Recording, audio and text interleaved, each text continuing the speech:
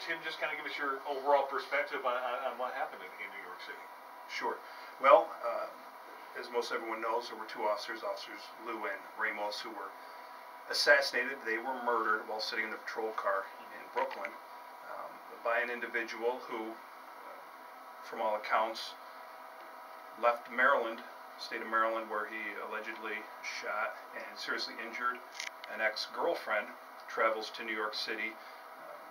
From what we're seeing in the news media, specifically to assassinate two police officers. He posted that on social media as well. So very disturbing.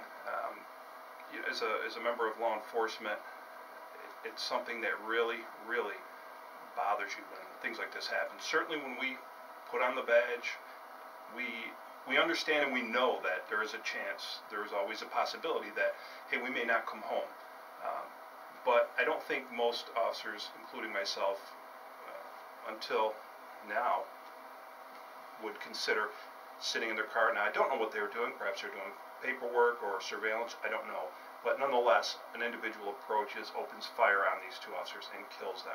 So it's very disturbing, and it's really sickening to know that something like this went on. Now, when something like this happens, is there anything that goes out to law enforcement, like across the state of New York or across the nation? Hey, this is what happened. We're kind of worried maybe some copycats, and I guess we've already heard about one, I guess, in Florida. Is there any kind of thing that goes out, and you guys are kind of saying, hey, maybe you want to be on a heightened alert for whatever period of time? Right. Well, a lot of information goes out, even prior to this incident.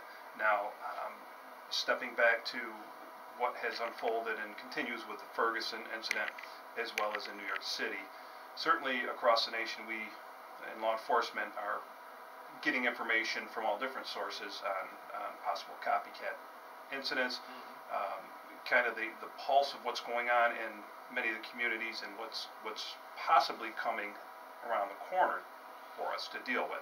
So yeah, there's a lot of information that comes out, and is copycat something that law enforcement is concerned with? Absolutely yes.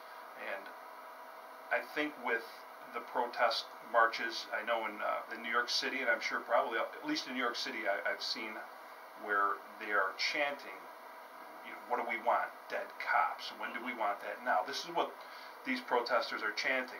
So if you have people out there, individuals who may not be, who may be very radical and or mentally ill or whatever, that could certainly spur them to act as though this knucklehead did in New York City, killing two officers.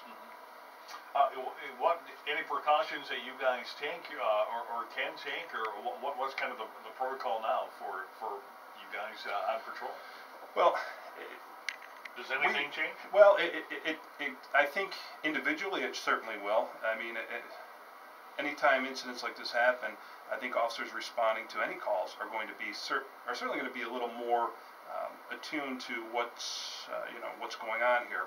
But yeah, we have for some time been on heightened alert with, like I said, the incidents have been unfolding recently.